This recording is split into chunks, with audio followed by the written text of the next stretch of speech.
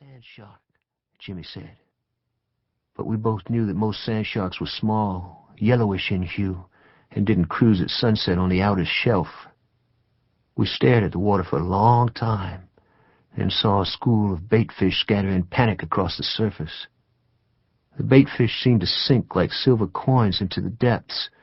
Then the swell became smooth-surfaced and dark green again, wrinkling slightly when the wind gusted. I could hear Jimmy breathing as though he had labored up a hill. "You want to swim for it?" I asked. "They think people are sea turtles. They look up and see a silhouette and see our arms and legs splashing around, think we're turtles," he said. It wasn't cold, but his skin looked hard and prickled in the wind. "Let's wait him out," I said. I saw Jimmy take a deep breath and his mouth form a cone, as though a sliver of dry ice were evaporating on his tongue. Then his face turned gray and his eyes looked into mine. "What?" I said. Jimmy pointed southward at 2 o'clock from where we stood. A fin larger than the first one sliced diagonally across a swell and cut through a cresting wave. Then we saw the shark's back break the surface, a skein of water sliding off skin that was the color of scorched pewter. There was nothing for it. The sun was setting like a molten planet descending into its own smoke. In a half hour the tide would be coming in, lifting us off the sandbar, giving us no option except to swim for the beach, our bodies in stark silhouette against the evening sky. We could hear music and the popping of fireworks on the amusement pier, and see rockets and star shells exploding above the line of old U.S. Army officers' quarters along the beachfront. A wave slid across my chest, and inside it I saw the pinkish-blue air sac and long tendril-like stingers of a Portuguese man-of-war. It drifted away, then another one, and another fell out of a wave and twisted in an eddy like half-inflated balloons. It was going to be a long haul to the beach. "There's sharks in the water. Didn't you fellers see the lifeguard's flag?" a voice called. I didn't know where the girl had come from. She sat astride an inner tube that was roped to 2 others, a short wood paddle in her hands. She wore a one-piece black swimsuit and had sandy reddish hair, and her shoulders glowed with sunburn. Behind her in the distance I could see the tip of a rock jetty that jutted far out into the breakers. She paddled her makeshift raft until it had floated directly above the sandbar and we could wade to it. "Where did you come from?" Jimmy said. "Who cares? Better jump on. Those jellyfish can sting the daylights out of you," she said. She was tall and slight of build and not much older than we were, her accent hardcore East Texas. A wave broke against my back, pushing me off balance. "Are you fellers deaf? Y'all sure don't act like you care somebody's trying to help you out of the big mess you got yourself into," she said. "We're coming," Jimmy said, and climbed onto one of the inner tubes.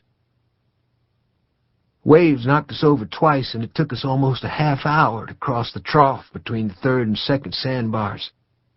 I thought I saw a fin break the surface and slide across the sun's afterglow, and once a hard-bodied object bumped against my leg like a dull-witted bully pushing past you on a crowded bus. But after we floated past the 2nd sandbar, we entered another environment, one connected to predictability, where we could touch bottom with the ends of our toes and smell smoke from meat fires and hear children playing tag in the darkness. We told ourselves a seascape that could contain predators and the visitation of arbitrary violence upon the unsuspecting no longer held any sway in our lives. As we emerged from the surf, the wind was as sweet as a woman's kiss against the skin. The girl said her name was Ida Durbin, and she had seen us through binoculars from the jetty and paddled after us because a shark had already attacked a child farther up the beach. "You'd do that for anybody," Jimmy said. "There's always some folks who need looking after, at least those who haven't figured out sharks live in deep water," she said. Jimmy and I owned a 1946 canary yellow Ford convertible with white-walled tires and twin Hollywood mufflers. We drove Ida back to the jetty where she retrieved her beach bag and used a cabana to change into a sundress and sandals. Then we went to a beer garden that also sold watermelon and fried shrimp. The palm trees in the garden were strung with tiny white lights, and we sat under the palms and ate shrimp and watched the fireworks explode over the water. "Are y'all twins?" she asked. "I'm 18 months older," I said. She looked at both of us. "Y'all sure favor for brothers who aren't twins. Maybe your mama just liked the way y'all looked and decided she'd use just one face," she said. She smiled at her own joke, then looked away and studied the tops of her hands when Jimmy's eyes tried to hold hers. "Where you live, Ida?" he asked. "Over yonder," she said, nodding vaguely up the main drag. "You work here in Galveston?" he said. "For a little while, I am. I got to go now," she replied. "We'll drive you," he said. "I'll take a cab. I do it all the time. It's only 50 cents, she said. Jim started to protest, but she got up and brushed crumbs of fried shrimp off her dress. "You boys don't get in no more trouble," she said. "Boys?" Jimmy said after she was gone. Galveston Island was a strange place back in those days. The town was blue-collar, the beaches segregated, the Jack's Brewery its most prominent industry, the old Victorian home salt-bitten and peeling. It was a vacation spot for the poor and the marginal, and a cultural enclave where the hard-shell Baptist traditions of Texas had little application. Every beer joint on the beach featured slot and racehorse machines. For more serious gamblers, usually oil people from Houston, there were supper clubs that offered blackjack, craps, and roulette. One Sicilian family ran it all.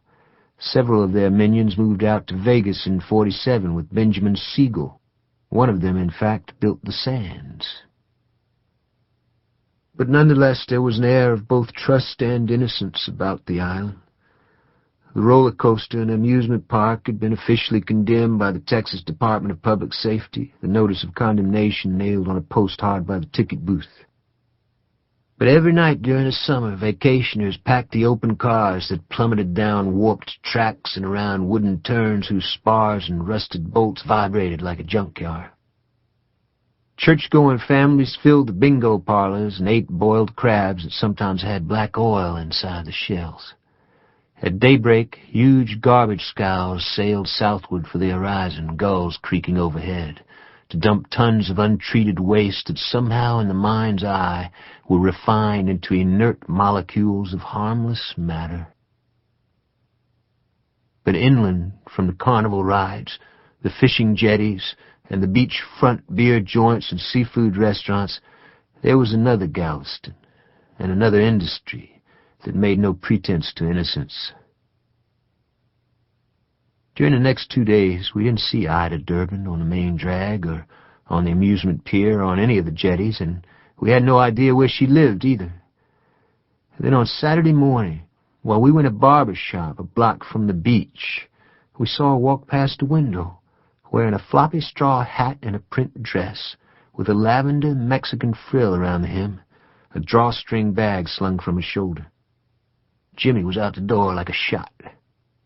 She told him she had to buy a money order for her grandmother in northeast Texas, that she had to pick up her mail at the post office, that she had to buy sunburn lotion for her back, that she was tied up all day and evening.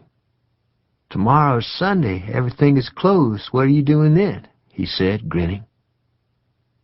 She looked quizzically at nothing, her mouth squeezed into a button. "I reckon I could fix some sandwiches and meet y'all at the amusement pier," she said. "We'll pick you up," he said. "No, you won't," she replied. The next day we discovered a picnic with Ida Durbin meant Vienna sausage sandwiches, sliced carrots, a jar of sun tea, and 3 Milky Way bars. "Some folks don't like Viennas," she said, and she pronounced the word Viennas. "But with lettuce and mayonnaise, I think they're real good." "Yeah, these are a treat, aren't they, Dave?" Jimmy said. to keep listening to this audiobook. I've left you a link in the description so you can do it, at no cost thanks to Audible's 30-day free trial.